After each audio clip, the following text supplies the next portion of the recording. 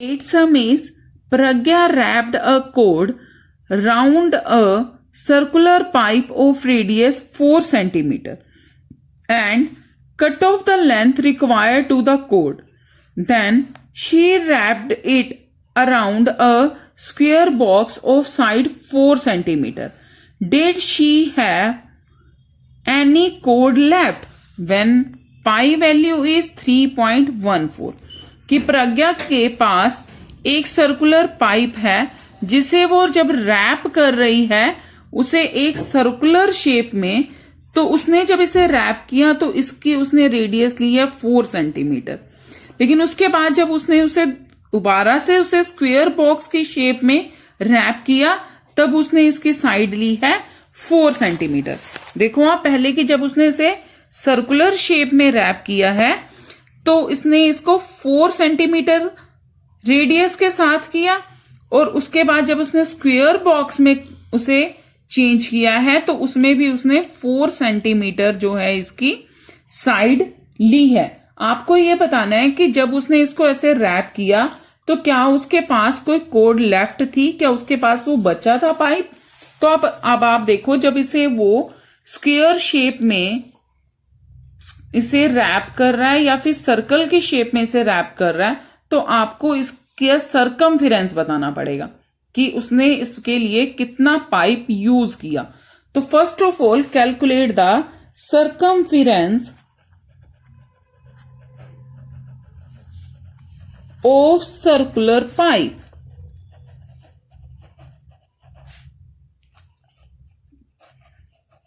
Then we use the formula 2 pi r.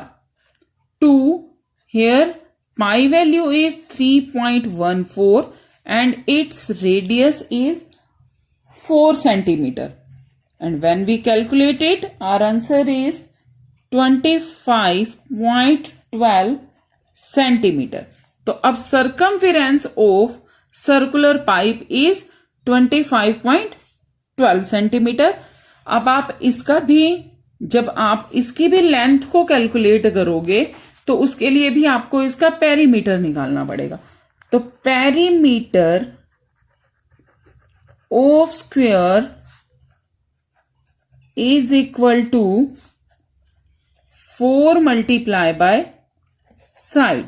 4 multiply by 4 is 16 centimetre. अब आप देखो कि जब उसने इसे सर्कुलर शेप में सर्कुलर शेप में उसे बनाया तो उसके लिए उसको सरकमफेरेंस चाहिए था 25.12 सेंटीमीटर। लेकिन जब उसने इसको स्क्वायर शेप में बनाया तब उससे ओनली 16 सेंटीमीटर पाइप की जरूरत हुई। तो अब उसके पास कितनी कोड लेफ्ट रह गई। So this one is greater, so she was left with the cord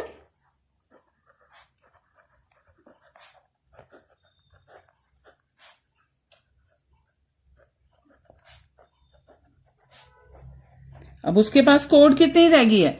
किसके लिए उसे ज्यादा पाइप की जरूरत थी, सर्कुलर शेप के लिए। तो 25.12 माइनस 16 इट्स मीन कि 9.12 सेंटीमीटर की जो कोड है उसके पास वो लेफ्ट थी, उसके पास वो बच गई थी। 9th question is the adjoining figure represent a rectangular lawn with a circular flower bed in the middle, find the area of the whole land. आपके पास एक ये रेक्टेंगुलर लॉन है, इसमें एक ये सर्कुलर फ्लावर बेड है। आपको अब इस क्वेश्चन में फाइंड आउट फर्स्ट पार्ट में फाइंड आउट करना है area of the whole land. तो आपके पास होल लैंड है दिस वन, इसमें लेंथ है 10 मीटर और ब्रेड्थ है 5 metre. So calculate the area of whole land. Area of whole land is equal to length multiply by breadth and its length is 10 meter and breadth is 5 meter.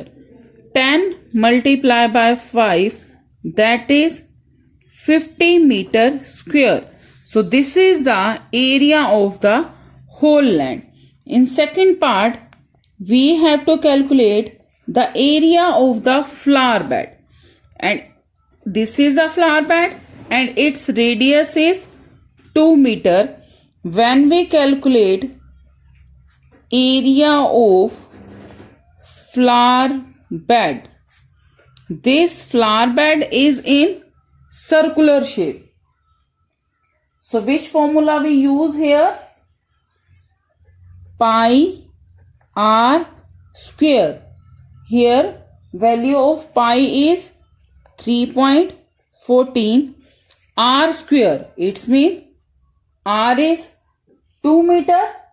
R square means 2 multiplied by 2, 12.56 meter square. So area of this flower bed is 12.56 meter square. And its third part is the area of the lawn excluding the area of the flower bed. अब आपको इस lawn का area find out करना है जिसमें आपका ये flower bed include ना हो. So how can we calculate it? Area of lawn excluding area of flower bed. तो आपने जब इसका एरिया फाइंड आउट करना है excluding area of flower bed, तो आप क्या करोगे कि आपके पास एरिया ऑफ होल लैंड है. अगर आप उसमें से एरिया ऑफ फ्लावर बेड को सबट्रैक्ट कर दो तो आपको रिमेनिंग पार्ट का एरिया आप इजीली कैलकुलेट कर सकते हो. तो 50 minus 12.56 metre square. When we subtract it, our answer is 37.44 meter square. Now its fourth part is find the circumference of the flower bed. So calculate its circumference.